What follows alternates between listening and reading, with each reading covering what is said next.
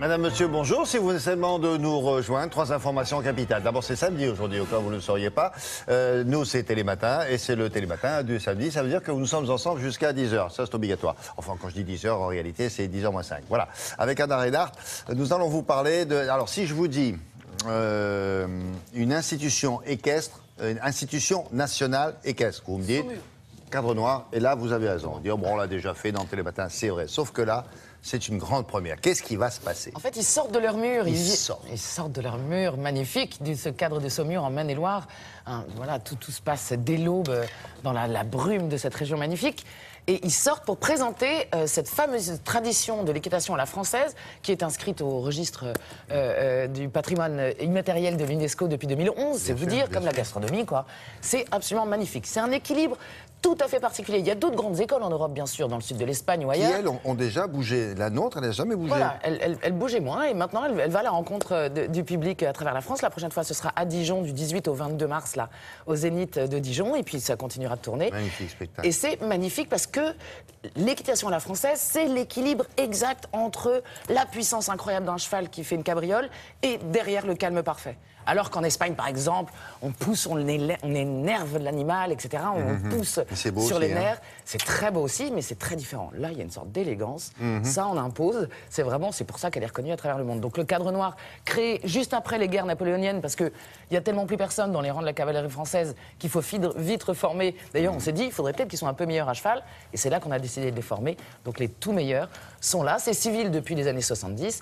Et il y a quand même encore 7 militaires, dont l'écuyer en chef, qui a bien voulu nous expliquer un petit peu la philosophie du lieu. Dès le matin, comme nous, dès l'aube, tout le monde est debout là-bas. Oui, on est collègues de l'aube. Oui.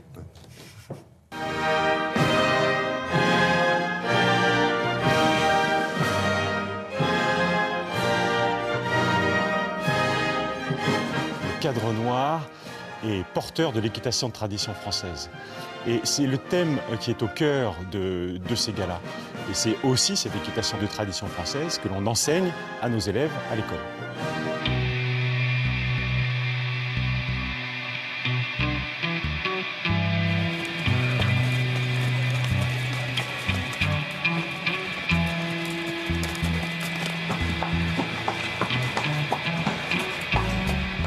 Le cheval est notre ami. On cherche à améliorer, à faire grandir cette relation au quotidien. C'est un travail entre un homme, une femme et un cheval sur de longues années. Ça demande beaucoup d'observation, beaucoup de compréhension. C'est, j'allais dire, presque le côté un peu intellectuel et affectif de l'équitation, au-delà du côté physique. C'est surtout, je pense, pour moi, un travail de patience et d'écoute, de répondre aux besoins du cheval. Et si on l'écoute d'ailleurs, il vous parle avec ses mots à lui, mais ses attitudes, son physique, même son œil changent.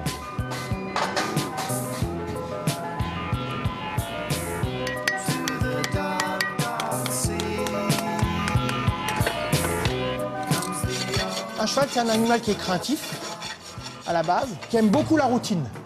Donc il a besoin d'une assurance. Si je lui dis là, il n'y a pas de souci, ça va bien se passer, il me fait confiance parce que ça fait des années que je l'accompagne et qu'on passe beaucoup de temps ensemble. Donc en plus, là, c'est des chevaux qui vont faire des spectacles, qui vont faire énormément de déplacements, qui vont voir beaucoup de lieux différents. Hein, c'est des sportifs, donc on leur demande énormément au point de vue physique. Donc ils sont comme les humains, ils ont des courbatures, ils ont mal partout parce qu'on les pousse dans leur retranchement, on leur demande de plus en plus. Et donc je suis là pour qu'ils vivent cette vie d'athlète le mieux possible. Je suis vraiment aux petits soins pour eux. Attention, Gilda, qui ne se dégage pas vers l'avant. Ça va. C'est un peu un style à la française, comme il y aurait un style d'un grand couturier. Donc on va parler d'élégance, de sobriété, de finesse.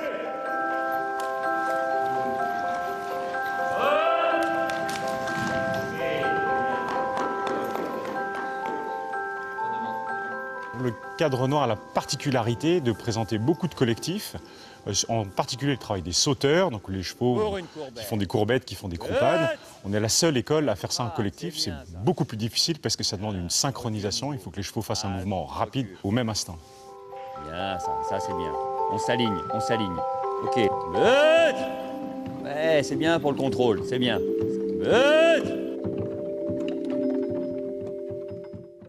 qu'est-ce qu'ils sont beaux ces chevaux. Ils sont magnifiques. Même âge, même... Oui, ils sont absolument magnifiques. Je voudrais rassurer Henri Jean, s'il y a bien un endroit dans le monde où l'animal est respecté, c'est celui-là. C'est-à-dire que tout se fait dans le partage, dans l'écoute. Le cavalier connaît sa monture par cœur. C'est vraiment un couple. J'ai le droit de poser une question idiote? Ça m'étonnerait de votre part.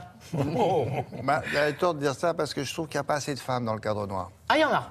Il y a des écuyères, bien sûr. Il n'y a pas beaucoup, là. Ah, peut-être pas dans ce manège-là précisément, mais il y en a, absolument. Et qu'ils finissent leur jour en paix. Un Je suis cheval qui a rassuré. travaillé mérite de Moi, je suis terminer rassuré ses sur les jours en filles paix qu'il a. et de pas Et en aller- région, il faut qu'elles soient rassurées sur les vieux chevaux. Une fois qu'on s'en est servi, qu'est-ce qu'on en fait? Voilà. Voilà. Est-ce qu'on les fait pas souffrir? C'était sa question. J'espère vous pas avoir tous l'abattoir. rassurés. À mon avis, ce sont des gens qui les respectent.